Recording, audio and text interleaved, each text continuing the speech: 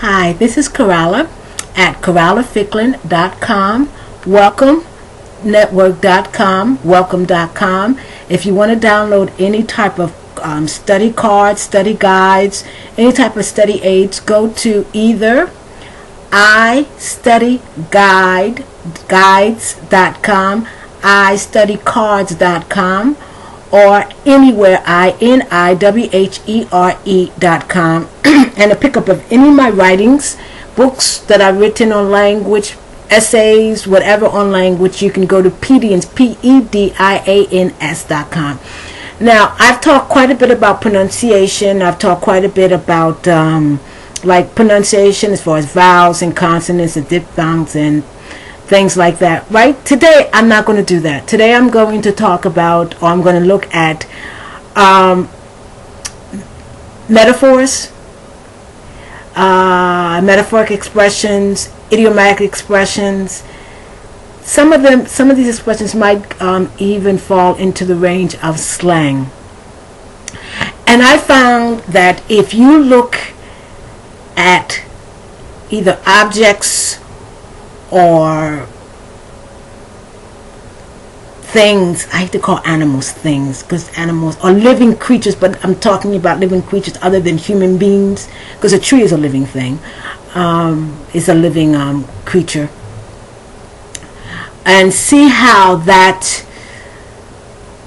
object is looked upon in the language. That tells you a lot about a language.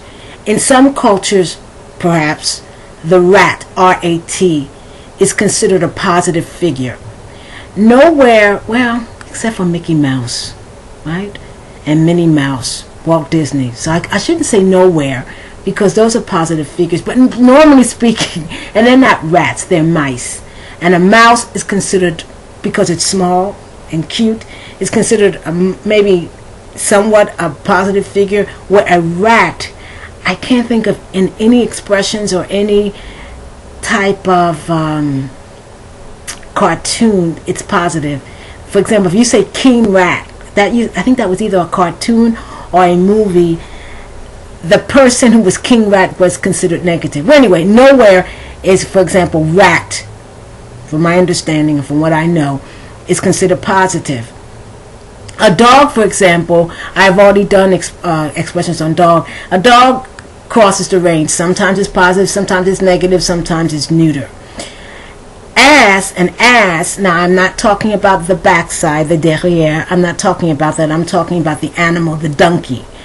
The ass, or the burro, is generally not considered a positive figure, but not because it's like a rat, but because it's considered dumb, backwards, an animal that is used, that is utilized by others to get things done. Now, one thing I have to make very clear. In American English, ass, A-S-S, is the same word, the same spelling, the same pronunciation that is a vulgar term for the derrière or for the backside or for the bottom. In British English, there's a distinction between the two. The pronunciation is the same, but if you're talking about the animal, it is ASS. If you're talking about the part of the body and you're using the vulgar term for that part of the body, it is spelled A-R-S-E. Okay, so they make a distinction.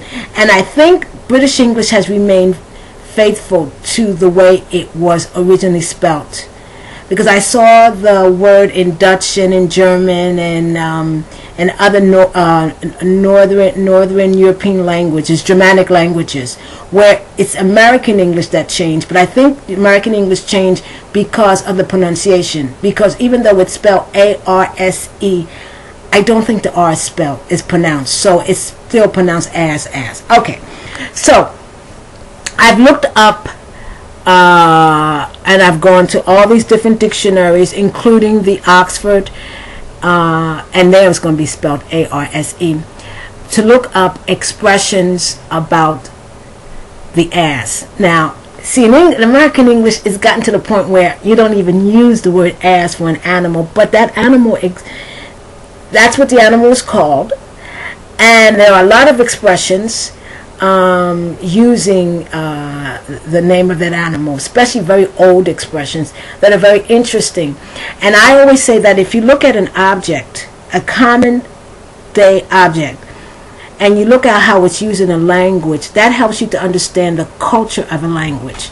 So what I've done is I've looked at a lot of the different expressions for different animals. Now today the animal will be ass, A-S-S. And very interesting. And some of the expressions are British English. Some are expressions from other languages translated into English. So let's look at it. This comes from ancient Greek, and it's a phrase versus an expression, and it says, for an ass's shadow. And the ass is A-S-S apostrophe S, because in British English, and they're only talking about the animal in British English. And this is translated from Greek into British English. And when you say for an ass's shadow, it's used as a metaphor to debate about something, that one is debating about something of little importance. So when you are debating about something of little importance, the expression is for an ass's shadow. I guess you're talking, what you're arguing about is for an ass's shadow. I've never used it in American English before. This is from Britain. This goes back all the way back to the 1700s.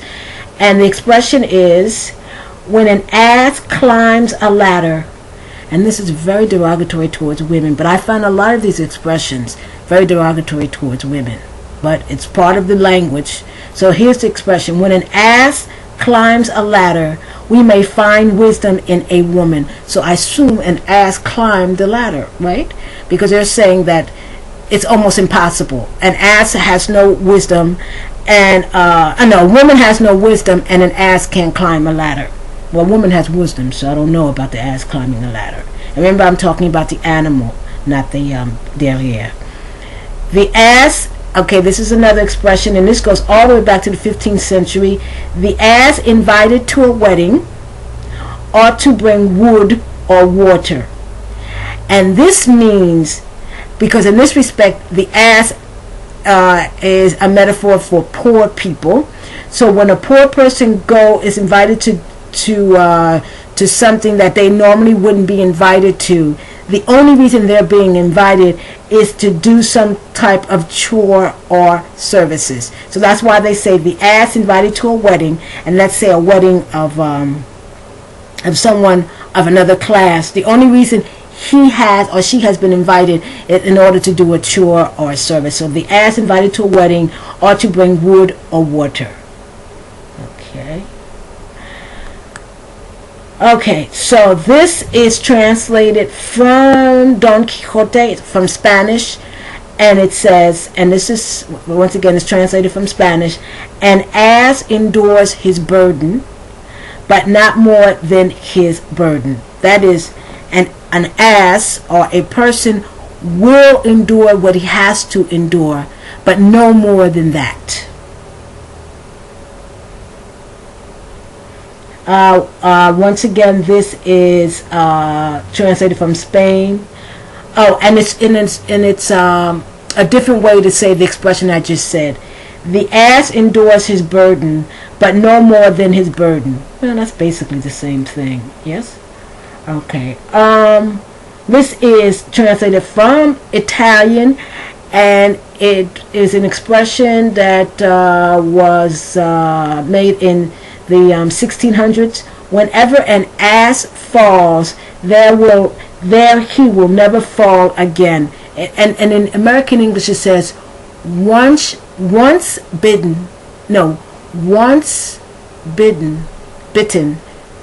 twice shy. In other words, something happens to you, and that leaves such an impression on you that you will never take the chance to do something else. And there was another expression, and it's from Spanish. It says, a cat that has been scalded with hot water. You're scalded with hot water. The hot water burns you. Even he will even be scared of cold water. Okay, my time is up. So this is Coralla Ficklin at CorallaFicklin.com.